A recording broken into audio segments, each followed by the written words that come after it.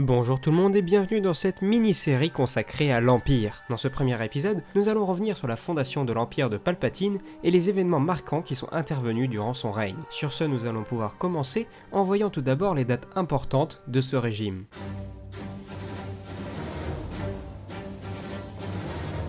La première est évidente, c'est la date de sa création en -19. L'ordre nouveau est instauré suite à la mort du général Grievous sur Utapau, ce qui oblige les Jedi du Conseil à destituer Palpatine. C'est à cet instant que ce dernier se révèle comme étant le Seigneur Noir des Sith. Après avoir perverti l'esprit de son nouvel apprenti avec de fausses promesses, du moins très compliquées à tenir, Palpatine ordonne l'exécution de l'ordre 66, qui proclame les Jedi comme étant des ennemis de la République.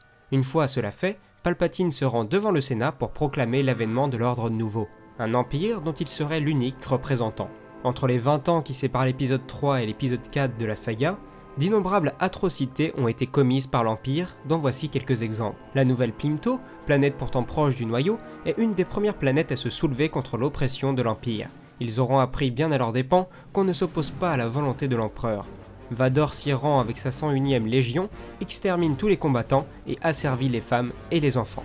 Après la guerre des clones, un camp de prisonniers est mis en place sur la planète Bice. Ce dernier accueillera donc de nombreux Jedi ayant été très peu entraînés après que ces derniers se soient fait capturer à la suite de l'exécution de l'Ordre 66. Autre événement important, l'asservissement de Kashyyyk. Très tôt après la proclamation de l'Ordre Nouveau, les Wookiees sont considérés comme une race faite pour être uniquement des esclaves. En plus d'être régulièrement traqués par les Trandoshan, qui ne sont pas stoppés par l'Empire, les Wookiees sont entre guillemets engagés pour travailler en tant qu'ouvriers sur de nombreux chantiers, comme par exemple celui de l'Étoile Noire.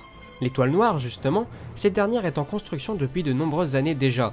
Le Sénat n'étant pas au courant de cette toute nouvelle station de combat, il est extrêmement difficile pour l'Empereur de maquiller la disparition des nombreuses ressources utilisées pour mener à bien la construction de ce projet. Le dernier test du rayon laser de cette station spatiale a lieu au-dessus de la colonie pénale de Desper, et les prisonniers pourraient le confirmer, le rayon marche à 100%. C'est peu de temps après que la dissolution du Sénat intervient. L'Étoile Noire peut donc enfin devenir l'emblème de la force de frappe impériale et inspirer la peur dans l'ensemble de la galaxie. C'est également à cette période que deux opinions au sein du haut commandement impérial vont émerger. En effet, l'Alliance rebelle est une menace qu'on ne peut ignorer. L'amiral Motti pense que l'Étoile Noire dissuadera quiconque oserait s'opposer à l'Empire. De l'autre côté, le général Tag pense qu'il faudrait une solution plus flexible que soit vous êtes de notre côté, soit on vous détruit, car à terme, cela pourrait causer énormément de pertes au niveau des ressources. Par conséquent, selon lui, les fonds devraient plutôt se tourner vers la construction de super destroyers stellaires. C'est dans les jours qui suivent ces querelles que Tarkin fera détruire la planète natale de la princesse Leia, Alderaan. On pourrait dénombrer au moins 2 milliards de morts lors de cette première véritable démonstration de force. Ce n'est finalement dû qu'au courage de Luke Skywalker, de Han Solo et à celui de nombreux pilotes que l'Alliance rebelle parviendra à porter un énorme coup à l'Empire, qui en plus de voir partir en fumée un projet vieux de plusieurs dizaines d'années, voit mourir nombre de ses plus hauts dignitaires et plusieurs millions de soldats. C'est à cet instant que la destruction d'Alderaan n'est plus un symbole de terreur, mais un cri de ralliement à tous ceux qui souhaiteraient s'opposer à l'Empire.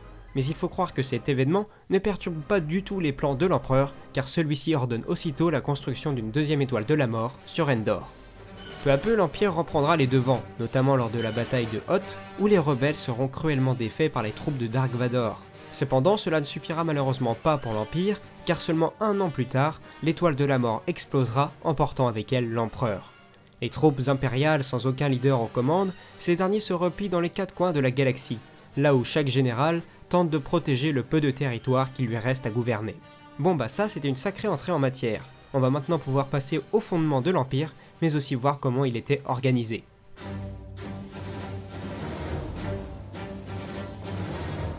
La société impériale s'appuie sur une structure autoritaire et militariste. Les principes de l'Empire sont maintenus par le Comité pour la préservation de l'Ordre Nouveau, dont l'abréviation française, très nulle, et je vous laisse deviner pourquoi, bande de gros dégueulasses, est Comporn. On peut décompter au moins 5 principes à la structure de l'Empire. Le premier est une autorité centralisée, celle-ci ne doit jamais être remise en cause. Le deuxième est que l'Empire doit s'appuyer sur une force armée surpuissante qui lui permet de se protéger de quelconque menace, qu'elle soit interne ou externe à l'Ordre Nouveau.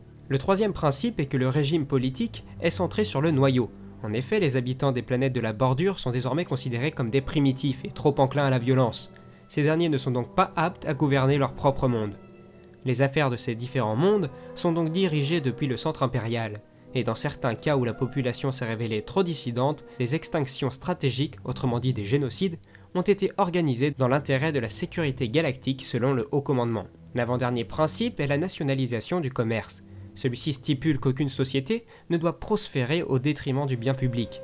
L'Empire a donc logiquement nationalisé nombre d'entreprises comme TAGCO ou bien encore les chantiers navals de Quad Drive. Et enfin, l'ultime principe est la domination culturelle. Le Comporn a en effet reconnu que la domination de la galaxie ne pouvait être totale si elle n'était que militaire, et qu'il fallait donc s'attaquer à l'esprit. Les membres du Comporn veillent donc à organiser un culte de la personnalité autour de l'empereur, et tout artiste qui chercherait à démontrer des facettes plus négatives de l'Empire se verrait alors dans l'obligation d'être, entre guillemets, rééduqué. Si vous le voulez bien, nous allons maintenant nous intéresser à l'organigramme de l'Empire. Au sommet de celui-ci, on trouve évidemment l'empereur Palpatine, mais de manière plus générale le Haut Commandement. Ensuite, on trouve les 3 corps militaires principaux, la marine, l'armée, et enfin le corps des Stormtroopers. Moins importants viennent en dessous le département impérial de la recherche militaire, le corps diplomatique, dont les membres sont chargés de communiquer avec les mondes hostiles, le corps d'ingénierie impériale, le corps de relevé et d'exploration, le corps médical, on pourrait aussi nommer le BSI, qui est en quelque sorte la police secrète de l'Empire, qui a pour mission principale la surveillance, et enfin la police militaire, qui selon le Haut Commandement n'est que très peu utilisée car les troupes impériales sont soi-disant extrêmement bien disciplinées.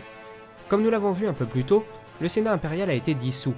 Les sénateurs ont été remplacés par des gouverneurs de sursecteurs, qui ont à leurs ordres des gouverneurs de secteurs. Et enfin, bien sûr, que serait une dictature sans propagande ? Le Comporn est l'organisme principal en charge de la glorification de l'empereur et de l'ordre nouveau. Les adhésions au sein de cette branche sont nombreuses, car c'est le meilleur moyen de démontrer sa fidélité à l'idéologie installée par l'empereur. A noter d'ailleurs qu'il existe des groupes culturels et de jeunesse au sein de la Comporn, et que cette dernière possède sa propre unité paramilitaire, la Compforce. Et concernant les médias tels que Newsnet, ces derniers sont désormais contrôlés par l'Empire afin de contrôler toutes les informations qui en sortent. Voilà les amis, j'espère que vous avez apprécié cette première vidéo. Si c'est le cas, pensez au pouce bleu, aux commentaires et au partage. Je vous rappelle également que si vous voulez soutenir la chaîne, il existe une page Tipeee sur laquelle vous pouvez me faire un don.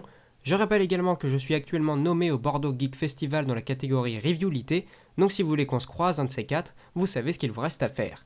Et enfin, il ne me reste plus qu'à vous dire à la prochaine tout le monde, ciao.